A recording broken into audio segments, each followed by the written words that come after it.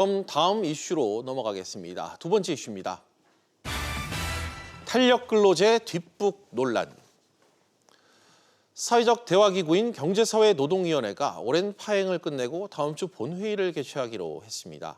본회의에서 그동안 미뤄왔던 안건들을 상정해서 논의를 해야 하는데 이미 국회로 공이 넘어간 탄력근로제 합의안을 논의할 예정이라 뒷북이란 지적이 벌써부터 나오고 있습니다. 자세한 내용 경제부 정광윤 기자와 이야기 나눠보겠습니다. 정 기자, 이 탄력근로제안 논의가 경사노위 2기의 첫 번째 과제다 이렇게 보면 됩니까? 네, 그렇습니다.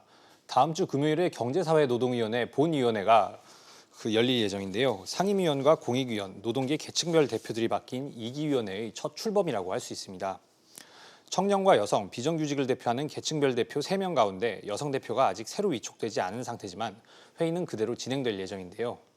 바로 그 회의에서 첫 안건으로 탄력근로제 합의안을 상정해 논의할 예정입니다. 네, 정 기자. 그런데 이 탄력근로제가 경사노위 1기의 파행의 원인 아니었습니까? 네, 그렇습니다. 1기 노동계 계층별 대표들이 탄력근로제 합의안에 반발해 본위원회를 보이콧하면서 경사노위는 6개월간 파행을 겪었는데요. 당시 한국노총과 경영자 총협회끼리 합의안을 만들면서 계층별 대표들을 거수기 취급한다는 논란이 일었고 결국 노동계 4명 중 계층별 대표 3명이 회의에 불참하면서 경사노위는 사실상 식물 상태로 전락했습니다. 때문에 문성현 위원장을 포함한 위촉직 위원들이 청와대에 사퇴안을 내고 위원회를 재구성해달라고 요청하면서 계층별 위원들을 사실상 갈아치운 겁니다. 네, 정 기자. 그렇다면 이번엔 탄력근로제 이 논의안이 좀 경사노위에서 제대로 이루어질 수 있을까요? 네, 탄력근로제 합의안의 최대 쟁점은 단위 기간을 6개월로 확대하는 건데요.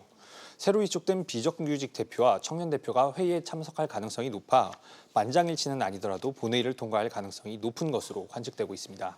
네, 그런데 정 기자, 이 탄력근로제 논의가 이미 국회로 좀 넘어간 상황에서 이런 논의가 좀 의미가 있을지 좀 의문이 든다 이런 지적이 좀 많이 나오고 있잖아요. 네, 말씀하신 대로 국회에서 이미 논의를 하고 있기 때문에 의결이 된다고 하더라도 달라질 것은 없을 것으로 보입니다. 하지만 경사노위 입장에서는 일종의 명분을 쌓기 위한 절차 밟기라는 분석입니다. 이와 관련해 경사노위 관계자는 노사정 합의를 했던 사안이니 본위원회에서 공식 추인을 받는 게 그 자체로 의미가 있다고 말했는데요. 애초 노사정 합의기구로 설립된 경사노위지만 지금까지 주요 안건들을 제대로 합의하고 처리한 게 없습니다. 이에 따라 일각에서는 경사노위 무용론도 제기됐는데요. 따라서 탄력근로제 합의안 논의가 뒷북이라는 지적에도 불구하고 경사노위 입장에선 절차적인 정당성을 확보할 필요가 있다는 겁니다. 네, 정 기자 잘 들었습니다.